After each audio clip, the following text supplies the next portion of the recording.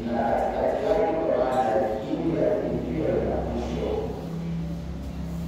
Huko nyuma kabla ya Ramadhani kufikia mwezi wa Kumi mpaka mwezi wa Shaabani tulikuwa tunasikiliza hotuba mbalimbali na maelezo tofauti ya Sheikh ikiwaambia na kuashiria kwamba kuna mwezi mtukufu unakuja huko. Kwa hiyo tulikuwa tunaandaliwa hisia na maana kwamba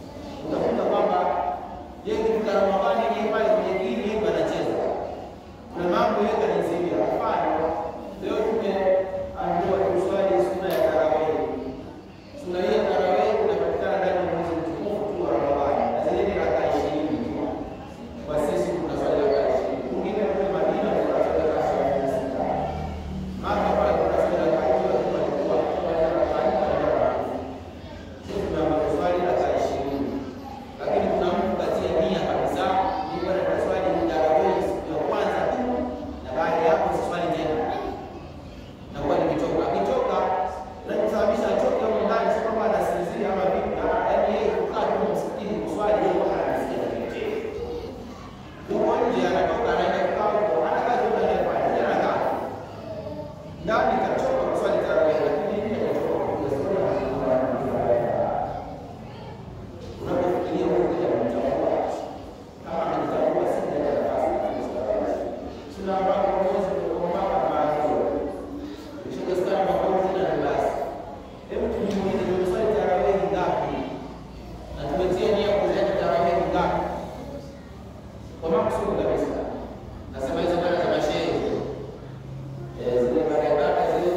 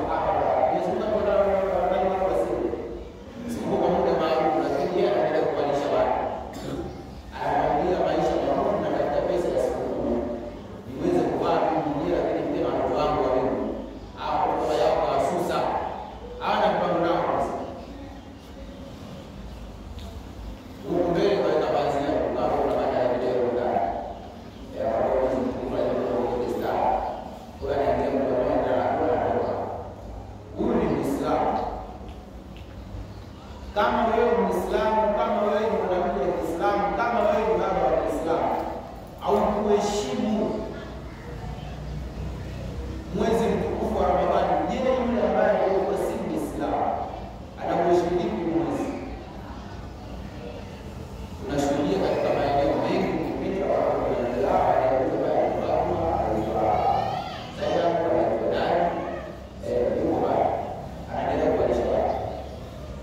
sisi wenyewe tunatakiwa kuhakikisha kwamba tunafunga, lakini pia kuheshimu miiko ya mwezi mtukufu wa Ramadhani. Isiwe na tusinywe isipokuwa wakati maalum, lakini pia tusiwasababishie watu kula na kunywa, kwa sababu maisha magumu hatuwezi kufunga na hatuwezi kuendesha maisha yetu mpaka tupate biashara zetu tunawalisha watu ndani ya mwezi mtukufu wa Ramadhani. Hilo swala la Uislamu hauliamisha wala hautaki. Kwa kama tulikuwa tunafanya hivyo, tunatakiwa tuache, kwa sababu tunavunja sheria ndani ya mwezi mtukufu wa Ramadhani. Kwa tusile na tusinywe, lakini pia tusababishe watu kula na kunywa na kulewa. Mfano ni hivyo, tusisengenye, lakini pia tusababishe watu pia watusengenye. Kuna mtu mwingine maisha anayoishi anasababisha asengenye. Sasa wewe usiwe sababu ya kusababisha watu wakusengenye. Ikae, jipange vizuri, kaa katika nafasi yako, watu wakipita ukitoka wazungumze maneno ya kheri kuhusu wewe. Usiwe wewe kwa sababu ya ukitoka sana yako mwana unafikiria toka kwa mbele. Hiyo kwa alisababisha dai wewe. Sasa usiwe hivyo. Mwezi wa Ramadhani ni mwezi wa kuzingatia na mambo yote ambayo Mungu anataka. Jitahidi kuzingatia sauti zetu, kwa sababu Mwenyezi Mungu ametuamrisha kufunga, lakini pia walindaji wa funga zetu sisi wenyewe. Tunazindaki somo kuhakikisha kwamba tunajiepusha na kuzunguka mambo ambayo si ya maana ambayo yametatazwa, lakini pia tujiepushe kusikiliza mambo ambayo si ya maana ambayo tunataka kusikiliza, lakini tujiepushe macho yetu kuangalia mambo ambayo Mungu anataka tusiangalie. Sawa sawa, kwa hivi inapita hivi ama ile ambayo mtu anakusudia asili yake anaweza bado yeye kanifikia ndani ya kazi yake na walaji anaweka bado, basi anaangalia mambo ya kumleta kutoka soko la kuuliza, anapoteza muda, anapoteza saumu au kwa saumu kweli unayopoteza. Mwezi mmoja kufikia kusoma Qur'an, mwezi wa kufikia kuswalia kwa Mtume Muhammad sallallahu alaihi wasallam, ili kuwasaidia wale ambao wasioweza, ili wasiwe mizigo watu mizigo msikitini. Maana leo msikitini kwa namna ya kuomba msoko kwa swali. Shehe bwana maana kile sababu ukiangalia ana sukari, ana chochote kile. Kwa kila kiangalia kitamuingia nani? Anaonekana ni kitu kwa imam.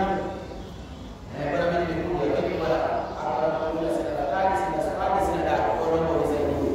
Lakini huko mtaani kuna jirani yake anaishi naye, anajipata kusudi anapoeleza wa kumsaidia kumaliza shida zake.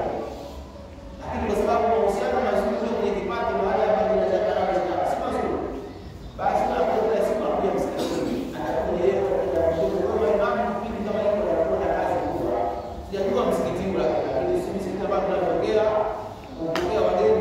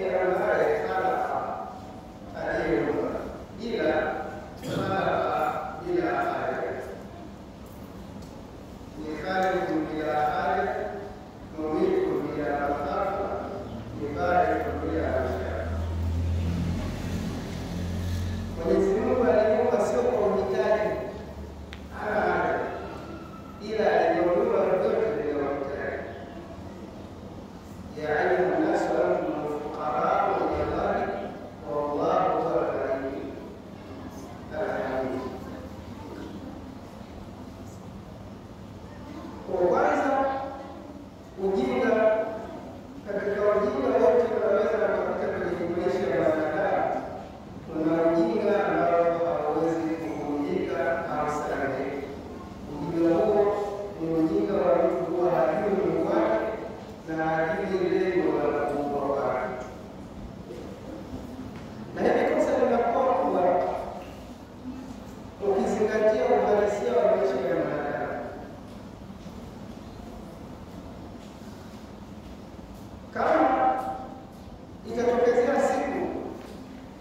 ukawakuta watu wote tunawakutana nao njiani wana viatu, lakini wanaotuzana chwani. Na kama kwa sasa najua hili ni gawa, kila unakutana naye na viatu, lakini viko kichwani. Unaweza ukawa na mashaka makubwa wakati mwingine na hali ya akili zao, lakini kadri utakavyoona wanakuwa wengi, unaweza ukaanza kujisikia kama wengi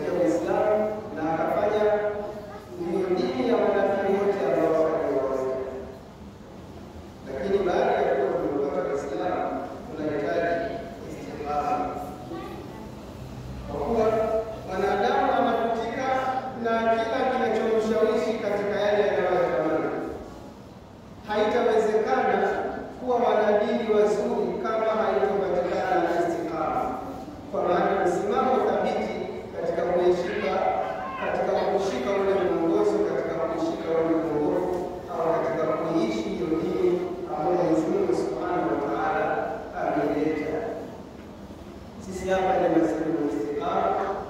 Tunatakiwa tujitahidi tuwe na mfano wa istiqama.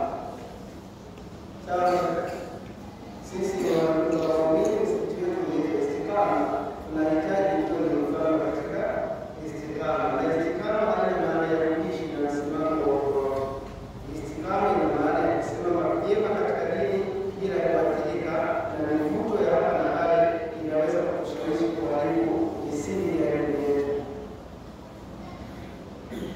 Mambo ya istiqama makubwa kama nguzo za istiqama. Ili mtu katika dini awe mustaqimu, ni mtu ambaye amesimama sawa katika dini kiasi kwamba mivuto ya nje na maadili ya dini haifanikiwi kumtoa kwenye renji ya dini yake, ambayo ndio karama kubwa. Katika karama kubwa ambazo Allah amewapa, sio mtu hivi mvua imetaka kunyesha kainua mikono mawingu yakasambaa. Hizo ni karama ndogo. Karama kubwa imeshindana na familia, sawa, kwamba karama kubwa akbarul karama al-qimma al-aqwa la qadam al-istiqama. Karama kubwa yani huonekana kama kuna muujiza, wewe umesimama katikati ya muujiza, unauishi muujiza, ni Mwenyezi Mungu kuweka kuwa na istiqama. Usiwe na mchepuko dhidi ya dini. Sema mchepuko dhidi ya dini ndio sababu yake. Mchepuko umekuwa mara nyingi umetumika katika hofu ya zinaa, kutoka kwenye ndoa kwenda nje. Sasa mimi sikusudii mchepuko kwa maana ya kwenda zinaa, na kusudia mchepuko kwa maana ya kutoka kwenye mwenendo wa sawa wa kidini na kuadapti mwenendo fulani, alafu baadaye mara ungerudi, baadaye umetoka.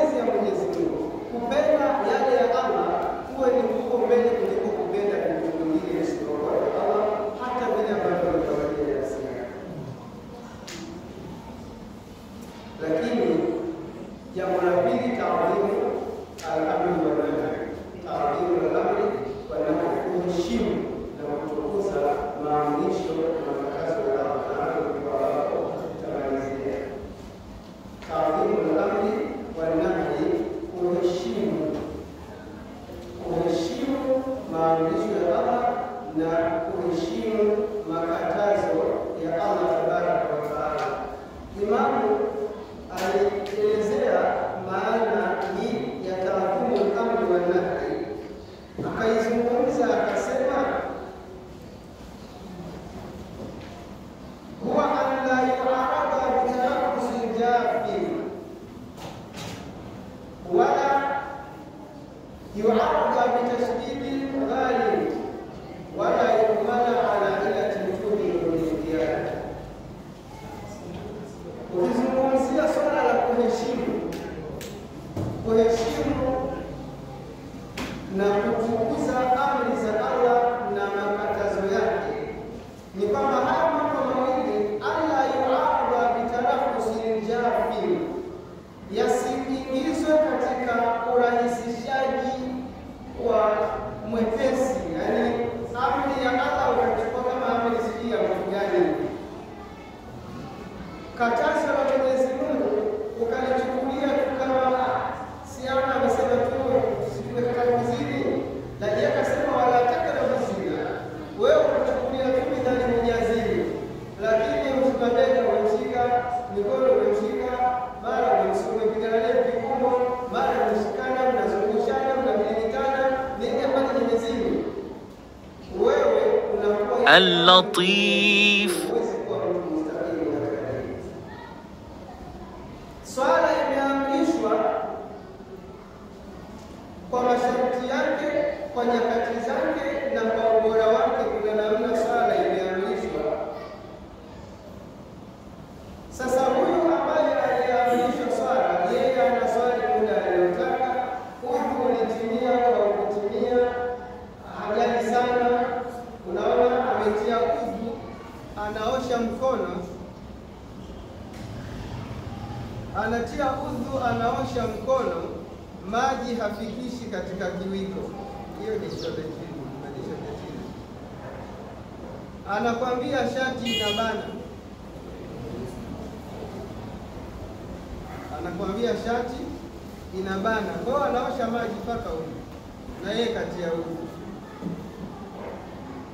Huyu laisa indahu ta'dhimul amri, mbele yake huyo hakuna kuheshimu amri ya Allah, hajaheshimu amri ya Allah, na hivyo hawezi kuwa na istikama, kwa maana msimamo na mwenendo bora katika dini. Alla yu'arada bitarafusin jafi, ile amri ya Allah, ile amri inayokataza isipelewe katika mazingira ya kurahisisha kana kwamba sio amri ya Allah. Sayyidina Ali radhiallahu ta'ala alikuwa akionekana ikisomwa dhana, anaonekana anabadilika mpaka rangi ya uso. Anaulizwa ni kwa nini unakuwa hivyo ya kuna muumini? Amesema umefika wakati wa kutekeleza amana ambayo ulibati ala samawati wal ardi wal jibali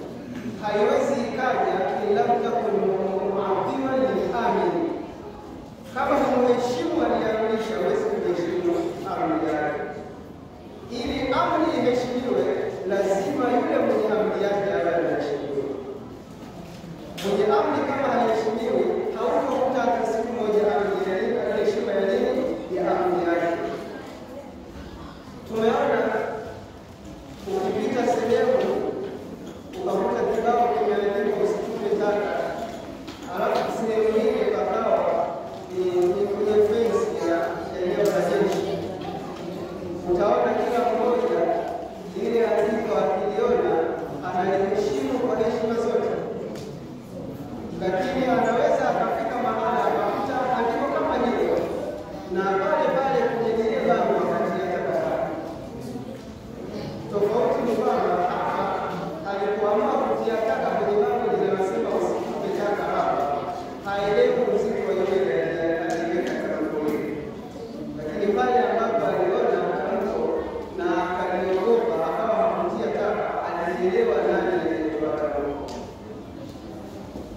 hata tunapokuja kwenye swala la taadhimu kama ilionani, kuheshimu maagizo ya Mwenyezi Mungu na kuheshimu na makatazo yake, kukaa mbali sana na makatazo, kujiweka karibu na maamrisho, kuyaheshimu haya mawili.